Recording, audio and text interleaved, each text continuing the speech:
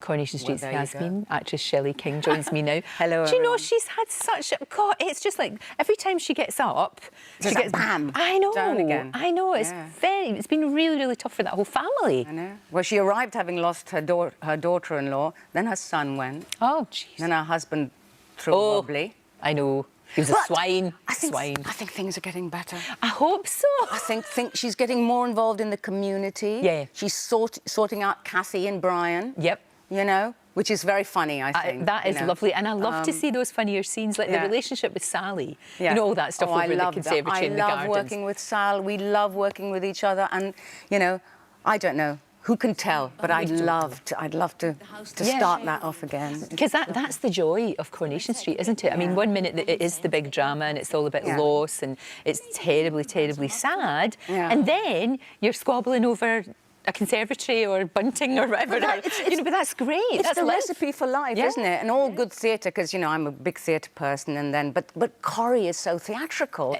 and you know all the great dramatists will tell you that you've got to have a balance. Of course. Even Shakespeare, you know, he's got something in. He makes you laugh, make him laugh, and then he gives you this huge soliloquy when people are dying and killing each other. No, absolutely. So you've got to do it. And Coronation Street is Shakespearean. It is. I defy anybody to say it's not. If he was alive today, he'd be writing for Corrie. He would. I bet he would. I bet he would. Now, look, tell me about your mum, because obviously she was a massive, massive fan of Coronation Street. So sad that she wasn't here to see you on the street. Yes. It was just very, very sad. But she died of a stroke, and this is something you're very passionate about. I am. I mean, my mum was sort of apparently very healthy. Yeah. Never had a day's illness in her life, as far as we could see. And then one day, my dad had this congenital weakness because he'd had a tonsillectomy in India. Right. And sometimes he used to choke. Ah. And I used to give him Heimlich and everything as a kid. But my mum, that day they'd made some roast, lamb roast, and he took a bite of it, started to choke. She panicked. Right.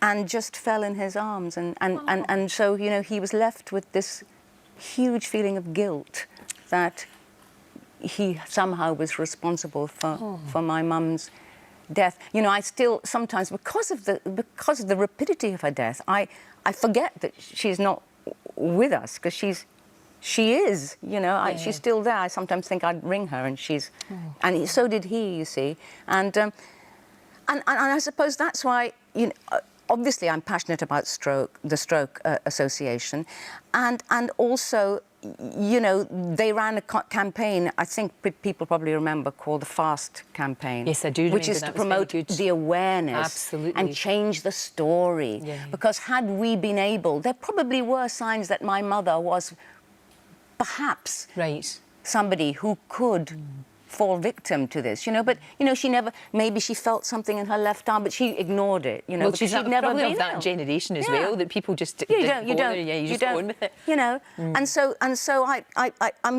that's what the Stroke Association do. I mean, they have raised awareness, and stroke probably will be going up. I mean, the incidence of stroke has risen hugely, and I suppose is destined to rise another 20% in the last year, and in the next year rather. And I don't want somebody, you know, I've been through my father's pain, and at that time there was nobody to help him really.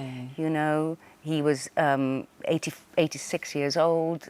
You know, they'd been married for over 50 years. Because it doesn't just affect older people; it can affect young people as well. And as you say, you might not know that it's... You don't. I mean, that might have, you know, it might have changed our lives had we had that sort of information, you know, and that's what the Stroke Association is doing. They're funding research that will help people become aware and also prevent this happening. I think things like, you were talking about Coronation Street, the fact that Ken obviously had a stroke in Coronation Street, and that, you know, the way that they handled that was very, very good, and that's the kind of thing that gets people talking, doesn't it? It just gets people talking. I think that's what's wonderful about Corrie particularly, because there's so many things that affect all our everyday lives that we at Corrie or the writers, the script writers, try to put into to just our conversation and things that happen to us. And so that makes us aware in a very sort of... But I have to tell you about my mum, because as a younger actress,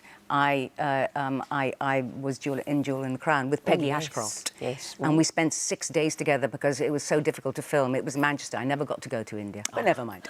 Anyway, but every morning I would go in for makeup and I would sit next to Pat Phoenix. Elsie Tanner, the legend. Yes, which I told my mum about. She, God bless her, Peggy who? She's not bothered about Peggy. And I'm going, oh my God. No, Pat Phoenix, she was out there telling all her friends. Wow. My daughter is in the My same daughter's room.